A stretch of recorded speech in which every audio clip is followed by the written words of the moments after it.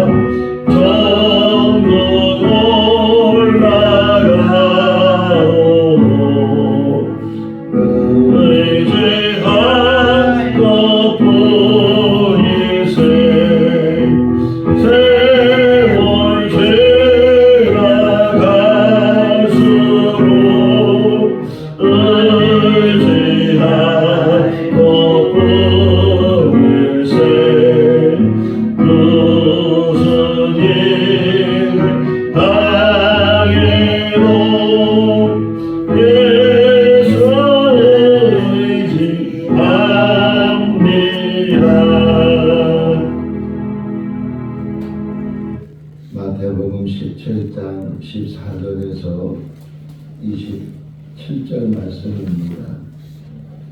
마태복음 17장 14절에서 27절 말씀.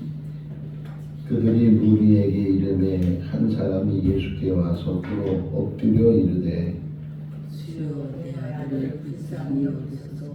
그가 간질로 심히 고생하여 자주 불에도 넘어지고 물에도 넘어지는지라. 내가 주의 제자들에게 데리고 왔으나 능히 고치지 못하더이다. 예수께서 대답하여 이르시되 믿음이 없고 퇴역한 세대여, 내가 얼마나 너희와 함께 있으며 얼마나 너희에게 참으리요. 그를 이리로 데려오라 하시니라. 이 예수께서 꾸짖으시니 귀신이 나가고 아이가 그때부터 나으니라. 이때에 제자들이 조용히 예수께 나와 이르되 우리는 어찌하여 쫓아내지 못하였나이까. 이르시되 너희 믿음이 작은 까닭이니라. 진실로 너희에게 이르노니 만일 너희에게 믿음이 겨자씨 하나만큼만 있어도 이 산을 명하여 여기서 저기로 옮겨지라 하면 옮겨질 것이요 또 너희가 못할 것이 없으리라. 갈릴리에 오실 때에 예수께서 제자들에게 이르시되 인자가 장차 사람들의 손에 넘겨져 죽임을 당하고 제3일에 살아나리라 하시니 제자들이 매우 근심하더라. 가버나움에 이르니 바리새인의 한 자들이 베드로에게 나와 이르되 너희 선생은 바리새인을 제사하느냐. 이르되 내신다 하고 집에 들어가니 예수께서 먼저 이르시되 시몬아 네 생각은 어떠하냐. 세상 임금들이 누구에게 간세와 국세를 받느냐. 자기 아들에게냐 타인에게냐. 베드로가 이르되 타인에게니이다. 예수께서 이르시되 같이요. 그러나 우리가 그들이 실족하지 않게 하기 위하여 내가 바다에 가서 낚시를 던져 먼저 오르는 고기를 가져 입을 열면 돈 한 세겔을 얻을 것이니 가져다가 나와 너를 위하여 주라 하시니라. 아멘. 할렐루야. 이스라엘 백성들이 애굽에서 400년 동안 살다가 모세 시대에 그들이 애굽에서 나오게 되고 원래 아브라함이 살았던 가나안 땅으로 가게 되는 그런 이야기를 출애굽기 또는 민수기 또는 신명기를 통해서 우리가 알게 되는데, 이스라엘 백성들이 애굽에 나와서 홍해를 건너고 또 광야를 지나서 시내산에 도착했을 때 그때 하나님께서 모세를 산 위로 부르시고 이스라엘 백성들은 그 밑에서 모세를 기다리는 그런 상황 속에서 특별히 출애굽기 32장을 보게 되면 모세는 40일 동안 금식하면서 하나님을 만나게 되고 또 하나님이 친히 만드시고 또 친히 쓰시는 그 십계명 돌판을 받고 있을 때, 똑같은 동시적으로 그 일이 과정 속에서 일어나고 있을 때 저 밑에서는 이스라엘 백성들이 하루를 기다리고 일주일을 기다려도 모세가 내려오지 않으니까 그들이 아론에게 말하기를 우리에게 신을 만들어 달라고, 하나님을 만들어 달라고. 그래서 그 아론이 사람들에게 금을 모아서 그 금을 통해서 금송아지를 만들고 그들이 하는 말이 이 금송아지가 바로 우리의 하나님이고 우리를 저 애굽에서부터 구원한 하나님이다. 이렇게 우상 숭배를 하고 거기서 먹고 마시면서 떠드는 그런 이스라엘 백성들. 모세가 그 십계명 돌판을 가지고 내려왔을 때도 계속 그 우상 앞에서 그들이 춤을 추면서 먹고 마시면서 그러면서 이것이 우리 하나님이라고 그랬던 이스라엘 백성들. 얼마나 모세가 그것을 보고 노했으면은 그 하나님이 친히 주시고 하나님이 친히 쓰셨던 그 돌판을 깨버렸잖아요. 그러니까 분을 참지 못하는 순간에 그것을 그냥 던져버리면서 깨버렸어요. 하나님이 나중에 다시 그것을 만들어 주셨지만 그 상이 얼마나 모세가 볼 때도 황당한 일이고 얼마나 분노하는 일인가 하는 것을 우리가 생각해 볼 수가 있어요. 그러니까 제가 오늘 일찍 와서 제 방에서 이제 기도하면서 기도 끝나면 주변을 이렇게 봐요. 주변을 이렇게 보면은 거기에 책들이 많이 꽂혀져 있는데 오늘 아침에 오늘 새벽에 저의 눈에 들어온 책 제목이 만들어진 하나님. 책 제목이 만들어진 하나님. 무신론자가 쓴 것이 아니고 그 샌프란시스코 학장이 신학교 학장이 쓴 책인데 하나님이 안 계시다는 얘기가 아니고 하나님이 없어서 만들었다는 얘기가 아니고 하나님은 계시는데 사람들이 자꾸만 그 하나님에 대해서 불신하게 되고 하나님을 자꾸만 믿질 못하는 거예요. 왜? 하나님은 더디다는 거예요. 왜 이렇게 더디시는지, 왜 이렇게 무응답하시는지, 왜 침묵하고 계시는지 너무 답답하기도 하고 그러다 보니까 자기들이 빨리 만들어야 돼. 빨리 만들어서 자기들이 기도하면 제깍제깍 그 기도를 응답해 줘야 되고 자기가 어떻게 뭘 하면 꼭 로봇 조종하는 것처럼 그렇게 해서 자신들의 삶에 유익하도록 자신들에게 필요하도록 그렇게 자꾸만 사람들이 하나님이 아는 것으로 대체하면서 이게 하나님이라고 지금의 시대는 더하다는 거예요. 지금의 시대는 정보가 이 지식이 막 홍수처럼 쏟아져 나오면서 계속해서 하나님에 대한 부정적인 과학이 최고라고 지식이 최고라고 정보가 최고라고 그러면서 하나님에 대한 불신이 더 만연돼가는 그러한 시대에 우리가 살아가고 있는 그러니까 자기가 하나님을 만드는 게 혹 우리들도 마찬가지죠. 하나님을 믿는다고 하면서도 자꾸만 자기 필요에 따른 하나님 내가 지금 이렇게 힘든데 내가 지금 이렇게 어려운데 왜 하나님은 가만히 계시고 이 어려운 문제를 빨리 해결해 주셔야 그래야 내가 믿는 하나님이라고 내가 인식할 수 있는데 왜 하나님은 무응답으로 지금 계속 이렇게 침묵하고 계시냐고 불평하고 원망하고 그런 것들이 우리의 신앙일 수도 있다. 자꾸만 하나님을 만든다는 게 만든다. 그래서 보세요. 또 하나 보세요. 비교해 보면 자 모세는 지금 저 시내산 꼭대기에서 하나님으로부터 계명을 받았어요. 나 외에는 다른 신을 두지 말라.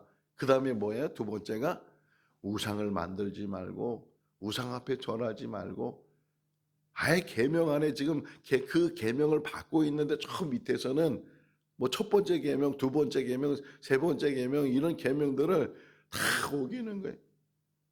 만들고 있고 만들어줬는데도 불구하고 아니 그 후에도 만드는 과정에서 몰랐다고 치고 그 후에는 그러면 그 계명을 받았으니까 하나님은 섬기는 사람이 되고 우상에게 절하지 않아야 되고 주님의 이름을 망령 때 일컫지 말아야 되고 그럼에도 불구하고 계속해서 인간의 역사 속에서 하나님에 대한 그 배신이 하나님에 대한 그 멀리 거리감을 두면서 제일 중요한 게 뭐예요? 잠언에서 보니까 지식의 근본은 뭐라고요? 하나님을 경외하는 것, 여호와를 경외하는 것. 이게 지식의 근본이고 사람의 도리인데 근데 그것을 제대로 깨닫지 못하고 자기 중심 속에서 그게 중요해. 개인주의에 빠지고 자기 중심에 빠지다 보니까 하나님 역시도 자기가 만들어가는 게 만들어진 하나님 가지고 이게 나를 도우는 하나님이고 이게 나와 함께하는 하나님이라고 우리가 하나님 앞에 내려가고 하나님 앞에 절대적인 복종과 절대적인 경외라는 말이요. 어떤 말이 포함되어 있냐면 두려움이 포함되어 있어요. 두려움. 하나님의 두려움을 다 잃어버렸어요.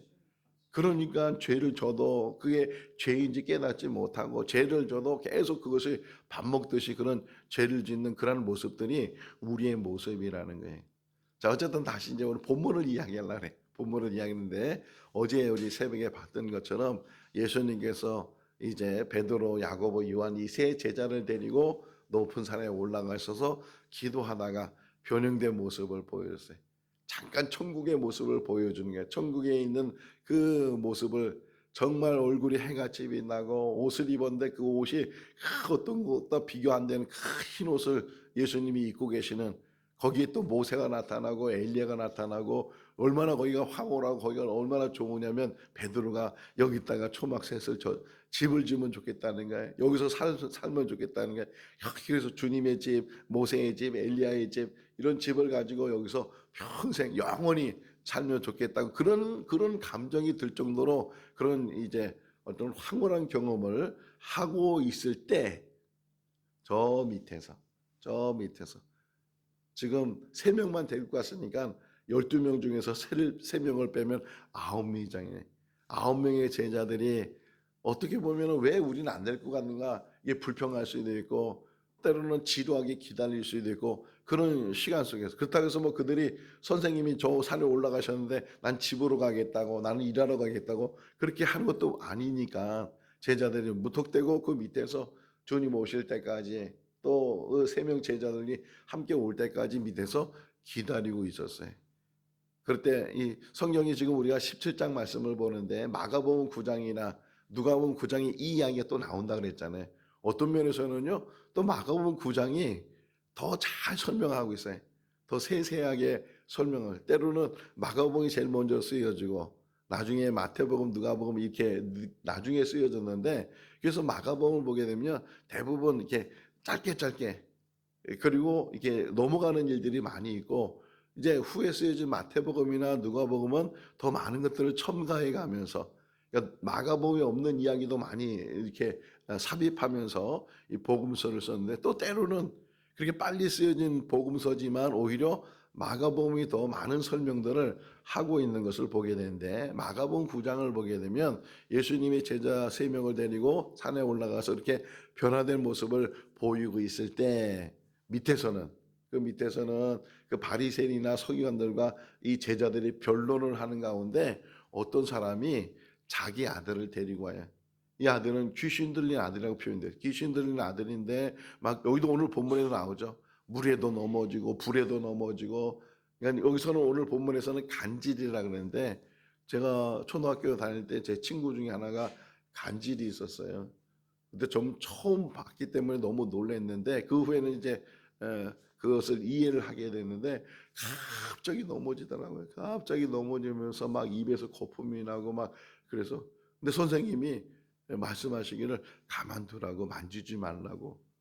그래서 우리 애들이 너무 놀라는 가운데 그냥 가만히 있으니까 한 1분, 2분 정도 지나니까 그 아이가 스스로 이렇게 일어나더라고요. 참 그때 너무 그래서 간질이란 게 무서운 병이구나.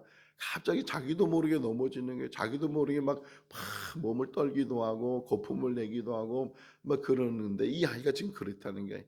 근데 마가복음에서는 귀신 들렸다 그러잖아요. 귀신 들려가지고서 이 아이가 불에도 넘어지고 물에도 넘어지고 얼마나 위험하게 했어요.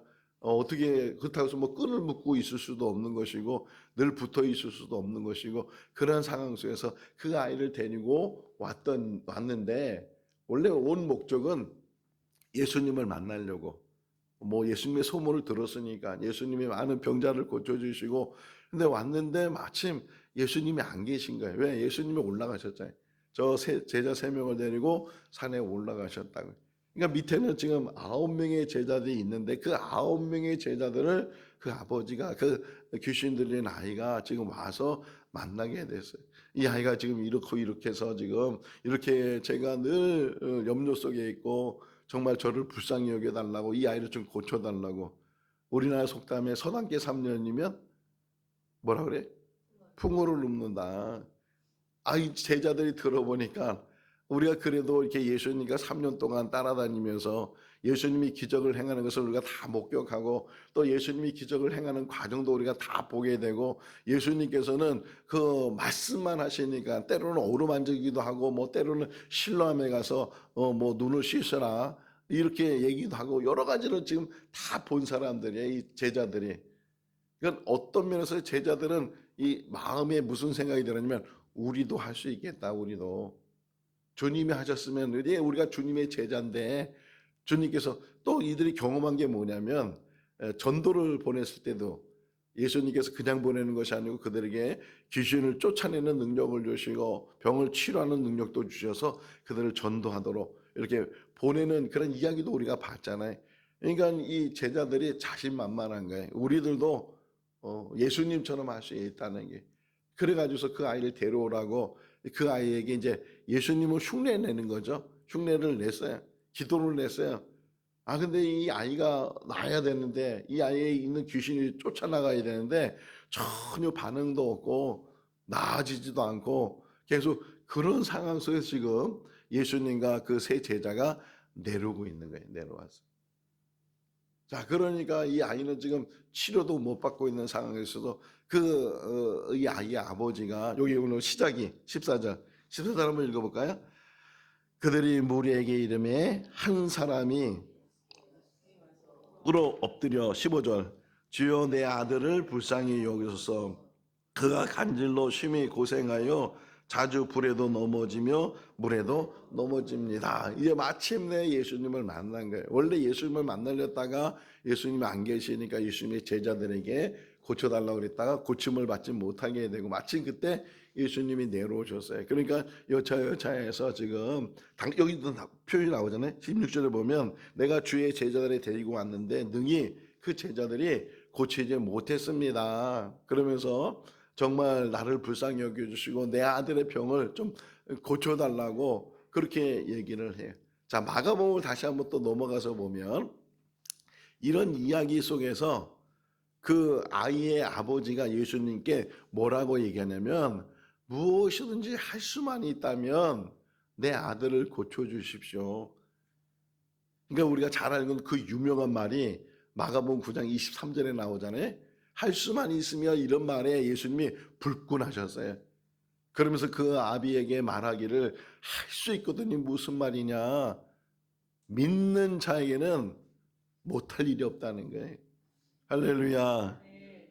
믿음을 통해서 이 일이 일어나게 되는데 그러면서 그 아이를 데려오라고 주님께서 그 아이에 있는 귀신을 쫓아내 주시고 그 병을 치료해 주셨어요. 나 낫게 됐단 말이에요. 오늘 본문에서도 보니까 이제 제자들이 너무 궁금한 거예요. 너무 이상한 거예요. 왜 똑같이 기도했는데 그런데 왜 우리는 그 기도가 응답이 없고 그 아이가 고침을 받지 못하고 왜 주님은 똑같이 이렇게 기도하는데 왜 주님은 그 아이를 고치고 그 아이를 온전케 하는가? 그게 너무 이게 궁금하기도 하고 무슨 차이가 있는가? 그런 것들을 이제 의구심을 가지고 제자들이 예수님께 여기 조용히란 말이 나와요. 19절 말씀에 보면 조용히 이게 부끄럽기도 하고 그러니까 이제 사람들 없는 데서 조용히 예수님께 묻기를 아니 왜 우리는 못했습니까? 우리는 안 됩니까? 이렇게 물어서요. 자 그때 이거 한번 봅시다. 20절 길지만 읽어볼까요? 이르시되 너의 믿음이 작은 까닭이니라 진실로 너희에게 이르노니 만일 너희에게 믿음이 겨자씨 하나만큼만 있어도 이 산을 명하여 여기서 또 너희가 못할 것이 없으리라. 2000년 전에 예수님께서 제자들에게 하신 말씀이지만 오늘 이 시간 우리들에게 하시는 말씀이에요. 우리들에게. 뭐라고 표현해요? 믿음이 적은 자들아. 얼마나 적으냐면 겨자씨 하늘만큼도 못 된다는 거예요. 믿음이 적은 자들아. 자, 이 안에 포함되어 있는 말이 하나 있어요. 의심하는 자들아. 불신한 자들아. 하나님에 대한 신뢰가 전적인 신뢰를 가지고 우리가 늘 고백하잖아요. 하나님은 어떤 분이시냐고요? 전지전능하신 분이다. 무소부재하시는 분이시나. 자, 전지전능이란 말 안에 다 설명할 수 있잖아요. 모든 것을 알고 모든 것을 행하시는 분이시다. 못할 일이 없으신 분이 하나님이시다. 그런 확고한 믿음을 가지고 하나님에 대한 신뢰를 가지고 그러면서 우리가 살아가야 되는데 기도 생활을 해야 되는데 우리도 모르는 사이에 자꾸만 우리가 만들어진 하나님 속에서 우리가 살다 보니까 그 안에 불신이 들어가요. 그 안에 하나님에 대해서 신실함을 갖지 못하다 보니까 저도 그래요. 목사가 된 저 자신도 기도하면서 자꾸만 기도 안에 어떤 생각이 드냐면 부정적인 생각, 기도하면서도 안 된다는 생각, 기도하면서도 이것은 꼭 독백하는 것처럼 하나님이 반드시 들으시고 반드시 응답하신다는 그런 확고한 믿음을 가지고 그렇게 기도해야 되는데 그러지 못하는 그런 기도 생활. 그 야고보서에도 나오잖아요. 두 마음을 품지 말라고. 기도를 응답받지 못하는 이 중에 하나가 두 마음을 푸는 것이고 또 하나의 그 잘못된 기도는 정욕을 위해서 구하는 것이고 이렇게 야고보 선생이 말하고 있는 것처럼 지금 예수님의 제자들에게 이 두 가지 사건을 통해서 지금 우리에게 주는 교훈이잖아요. 황홀하는 것을 보는 그런 환상적인 것도 지금 제자들이 보았지만 또 밑에서는 정말 자기들이 이제 3년 동안 따라했으니까 우리들도 어느 정도 주님의 모습을 닮아갔다고 생각하지만 3년을 아니 심지어는 30년을 따라다녀도 그 믿음이 온전히 세워지지 못하면 거짓된 믿음이 되고 위선적인 믿음이 된다는 것을 우리에게 가르쳐주고 있어요. 내 믿음이 지금 어느 정도 믿음. 주님이 말씀하셔요. 겨자씨 이렇게 말하는 게 아니고 겨자씨 하나만큼, 2개도 아니고 3개도 아니고 하나만큼의 믿음이 있어도 이 산을 저기로 옮기라 할지라도 그것이 옮겨지게 될 것이고 너희들이 무엇이든지 할 수 있다. 뭐 그렇다고 해서 우리가 뭐 어떤 초능력을 가지고 있어서 기도하면 벌떡벌떡 사람이 일어나고 기도하면 모든 문제들이 해결하고 그런 의미의 지금 말씀이 아니에요. 그러니까 우리가 뭘 할 수 있다는 그런 의미 속의 믿음을 지금 얘기하시는 것이 아니고 하나님에 대한 신뢰. 하나님에 대한 신뢰. 그러니까 예수 그리스도 가지고 있는 가장 기도의 능력과 삶의 모든 원천이 뭐에 있느냐? 하나님에 대한 신뢰. 하나님께 맡길 수 있기를 바랍니다.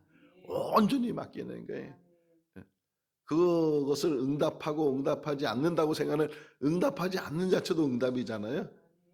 하나님께 모든 것을 맡기는 가운데 우리가 하나님을 리모컨으로 조종하는 것처럼 우리의 기도를 반드시 들어줘야 된다고 하나님을 밑으로 두고 자기 발 밑으로 두고 그런 하나님을 내가 조종하는 그런 믿음이 아니고 내가 하나님을 경외하는 가운데 하나님께 다 맡기는 거예요. 그런 삶이 우리 삶이 되어야 되는데 그러지 못해. 자 어쨌든 자 그렇게 지금 예수님이 겨자씨 하나만큼의 믿음이 있다 할지라도 이 산을 옮길 수 있다 이렇게 말씀하시면서 자 성경을 보세요. 21절 뭐라고 써 있어요? 뭐라고 써 있어요? 근데 요게 마가복음에 있어요. 또 마가복음에는 예수님께서 그 제자들이 그렇게 물었을 때 설명하시면서 예수님께서 마가복음에서 말씀하시기는 뭐라 하냐면 기도 외에는 이런 유가 나갈 수 없느니라. 그래. 기도 외에는 이런 유가 할렐루야.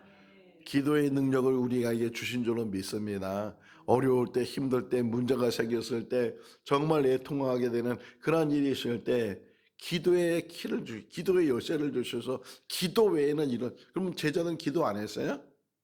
제자들 기도했다는 거예요. 근데 왜 예수님과 제자들의 기도에 차이가 있을까? 믿음이라는 거죠.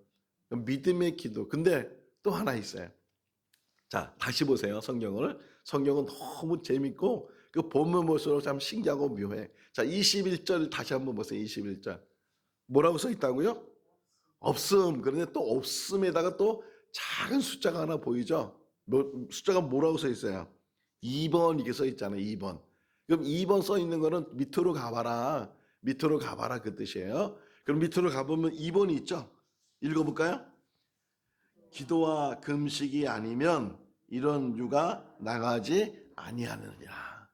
자, 마가복음에는 기도 외에는 이런 유가 나가지 않는다. 근데 이 마태복음에는 원래는 이 사본에는 지금 없는데 다른 사본에는 이 말이 있는 그런 사본도 있는데 그 다른 사본에 이 말이 있는 사본은 기도와 금식. 금식의 의미가 뭘까? 금식의 의미는 밥을 안 먹는 게 금식이 아니에요. 물론 행위적으로는 식사를 안 하는 게 금식인데 금식의 의미는 전적으로 하나님 앞에 모든 것을 맡기는 게 금식이에요. 내 생명까지도 사람이 밥을 먹어야 사는 거잖아요. 밥을 안 먹으면 어떻게 되는 거예요? 죽는 거잖아요. 죽음까지도 내 죽음까지도 하나님이 주장하시고 하나님이 주인이십니다. 그런 고백이에요. 그런 고백 속에서 우리가 살게 된다면 능히 못할 일이 없고 심지어는 산을 옮길 만한 그런 기도의 능력도 가질 수가 있다. 요한복음 보게 되면요. 내가 이제 아버지께로 갈 텐데 내가 아버지께 가면 성령이 너에게 오실 것이고 보혜사가 너에게 오셔서 너희를 도우실 것이고 너희와 함께 하실 것인데 그런데 내가 가게 되면 너희와 나와 같은 일을 할 것이고 또 거기에 덧붙였어요. 나보다 더한 일도 할 것이다. 할렐루야. 주님이 행하신 그런 기적들을 지금도 얼마든지 그 기적을 그렇다고 해서 난 이런 사람이야, 초능력 있는 사람이야, 나는 하나님의 은사가 강한 사람이야. 여러분, 은사 받을 때 조심해야 되는 게 그 은사 때문에 교만해지는 게 많아요. 그 은사 때문에 오히려 그 사람에게 화가 되는, 가룟 유다를 보세요. 그가 예수님의 제자가 되지 않았다면 예수님을 배반하는 사람이 안 됐을 텐데, 오직 했으면 예수님께서 저가 태어나지 않은 것이 더 좋을 뻔했다, 이렇게 말을 들을 그런 가룟 유다잖아요.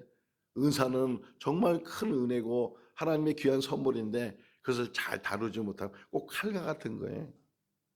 칼은 너무 유익한 도구인데 그걸 잘못 사용하면 흉기가 되고 잘못 사용하면 자기 몸을 이제 상하게 되고 그런 일들이 있는 것처럼 항상 우리가 양면성을 가지고 있다는 게, 양면성을 가지고 있는데 그럼에도 불구하고 이 땅에 오면서 우리가 기도 생활하잖아요. 그 기도 생활하면서 하나님 앞에 전적인 맡긴 삶, 믿음의 기도, 하나님을 신뢰하고 하나님, 그래서 이러잖아요. 살든지 죽든지 그 모든 것이 하나님의 주관, 하나님의 주권. 그게 천국이잖아요. 천국은 하나님의 주권이 다 이루어지는 게 천국인데 그러한 삶이 우리 삶이 돼야 된다. 자, 또 하나 이제 이야기가 여기 나오는 게 22절, 23절은 계속 순환 당하는 이야기. 내가 이렇게 어려움을 고난을 당하게 될 것이고 심지어는 죽임을 당하게 되겠지만 3일 만에 다시 살아나. 이게 한 번 얘기로 끝나는 것이 아니고 두 번, 세 번 얘기하니까 이때서는 23절 말씀에 보면 그것이 근심이 됐다는 거예요. 근심이 됐다. 자꾸만 스승님이 죽는다고 얘기하니까 자기들은 다 자기 일들을 다 제껴놓고 주님만 따랐는데 이제 3년 동안 주님만 따르면서 자기들이 본 주님은 앞으로 더 높은 자리에 올라가실 분이시고 앞으로 더 크게 성공할 분이시고, 그런데 그분이 출세를 해야 우리도 따라다니는 우리 제자도 출세할 수 있고 한 자리 할 수 있고, 그런데 주님은 왜 계속 자기가 죽임을 당한다고 그렇게, 인간이 생각할 때 죽음은 끝이잖아요. 아니 그렇게 유명한 사람, 그렇게 인기 있는 사람이라 할지라도 죽임을 당하게 되면 아무 소용이 없는 거잖아요. 그러니까 예수님이 죽임을 당한다는 그 일에 대해서도 걱정되고 근심되는 일이지만 그 일 때문에 자기들의 신세가, 자기들의 어떤 기대가, 자기들의 어떤 소망이 다 무너지게 된다는 것, 이게 막 이 제자들에게서 갈등이 생기게 되고 이것이 심해지니까 가룟 유다가 생기는 거예요. 가룟 유다가 3년 동안 다니면서 이제 정말 이 이스라엘이 독립을 하게 되고 로마로부터 우리가 해방을 하게 되고, 가룟 유다는 열심당원의 한 사람이었거든요. 독립운동을 했다가 예수님을 따라다니는 제자였으니까. 그런데 예수님은 계속 이제는 그 마지막 부분에 가서는 죽는다고, 내가 붙잡힐 거라고, 고난을 당할 것이라고, 이런 이야기를 듣다 보니까 자기 기대와 자기 생각, 자기 계획한 것은 어우러지는 그런 주님의 모습을 보면서 갈등 속에서 그가 제사장들 찾아가고 은 30을 받아서 예수님을 팔아버리는 그런 제자가 되는 모습들. 어쨌든 여기에 제자들이 근심했다. 주님에 대한 근심도 있지만 자기들의 앞길에 대한 근심. 여러분, 우리 앞길은 하나님이 책임져 주실 줄로 믿습니다. 목회하면서 꼭 성공해야 목사가 되는 게 아니에요. 사업하면서 꼭 사업이 성공해야 그 사업을 잘 돼서 하나님의 복을 주셨다고 하는 게 아니고, 그 모든 일들은 우리에게는 천국이 우리의 소망이요. 내가 실패해서 천국 갈 수 있으면 그거는 축복이에요. 내가 성공해서 천국 못 가면 그건 실패예요. 그건 망하는 일이에요. 우리 인생 속에서 이 세상에서 성공하고 실패하고 이거는 우리의 관심이 아니고 오직 우리의 마지막 부분은 천국에 있어야 된다. 자, 그런 다음에 이제 사람들이 또 시비를 거는 거예요. 왜 너의 스승은 성전세를 안 내느냐. 지금 성전은 저 예루살렘에 있잖아요. 예루살렘에 있는데도 불구하고 성전세는 어디 있든지 내는 거예요. 의무적으로 성전세를 내야 성전을 관리하고 성전에서 일하는 사람들에게 월급도 주고 이렇게 하다 보니까 사람들로부터 성전 반세겔씩 내야, 반세겔씩 내야 되는데 왜 너희 스승은 성전세를 안 내느냐. 근데 예수님의 비유 속에 지금 베드로에게 말씀하는 게 뭐냐면, 자, 성전의 주인이 누구냐? 누가 성전의 주인이야? 하나님이시잖아요. 예수님이 누구셔요? 하나님의 아들이시고 하나님이시잖아요. 그러니까 내가 성전세를 낼 필요가 있겠느냐? 그 설명해 지금. 다시 한번 25절 읽어볼까요? 이르되 내신다고 하고 이제 베드로가 지금 집에 들어간 거예요. 집에 들어가니 예수께서 먼저 이르시되 시몬아 내 생각은 어떠하냐 세상 임금들이 누구에게 관세와 국세를 받느냐 자기 아들에게냐 타인에게냐 아들은 낼 필요가 없다는 얘기잖아요. 아들은 성전의 주인이고 그 나라의 주인이니까 이 국세를 내고 관세를 내는 이건 다 그 백성들이 내는 거다. 내가 하나님의 아들이고 내가 하나님의 그 성전의 주인인데 성전보다 큰 자인데 내가 세금을 내야 되겠느냐 이런 의미 속에서 지금 말씀하시면서 그 다음 이야기가 그럼에도 불구하고 저들이 실족하지 않도록 요 말이 중요해요.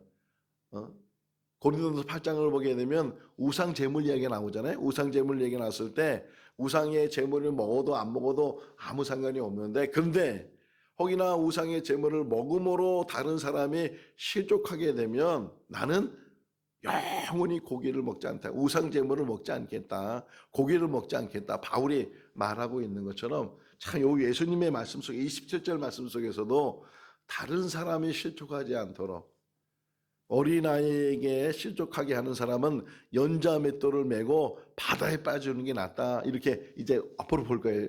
또 나와 이 이야기가 나와요. 연자 맷돌을 메고 바다에 빠지는 게 낫다.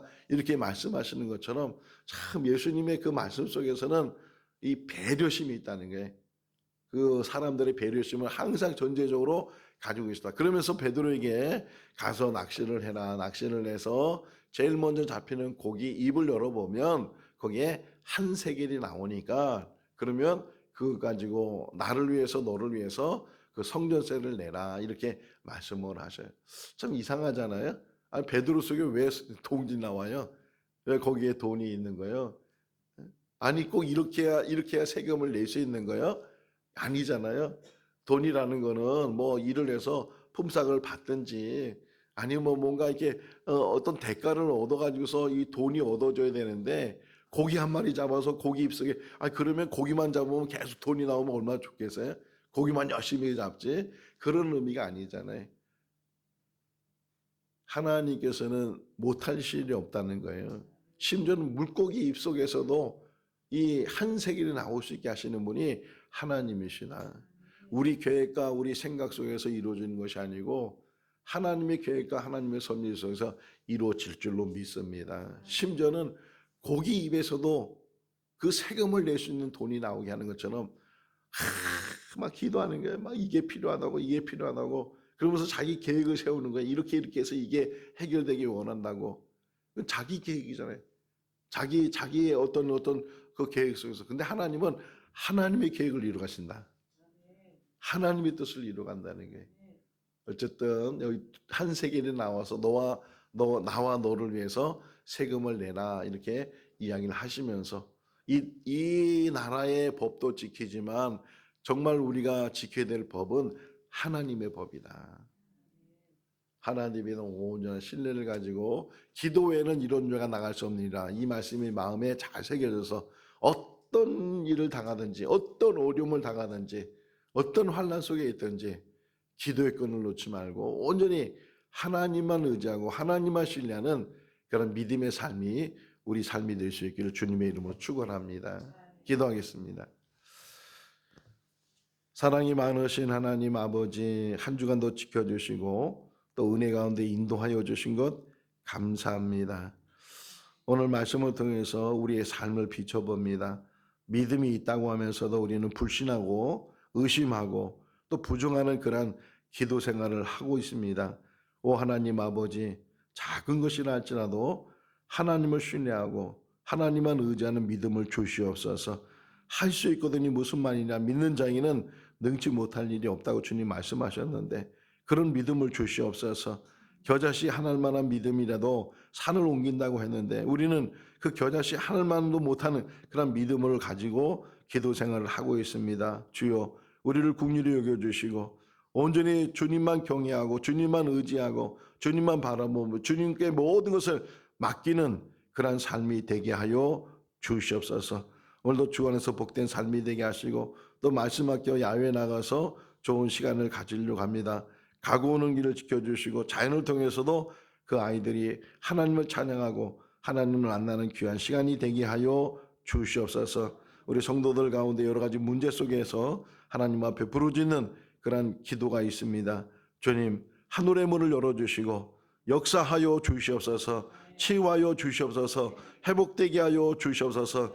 아버지 하나님, 사람이 못하는 일도 하나님은 능히 하실 수 있는 줄로 믿습니다. 전능하신 하나님인 줄로 믿습니다. 어루만져 주시고 주님께서 회복의 은혜를 더하여 주시옵소서. 감사드렸고 예수님의 이름으로 기도하옵나이다. 아멘. 마쳤습니다. 자유롭게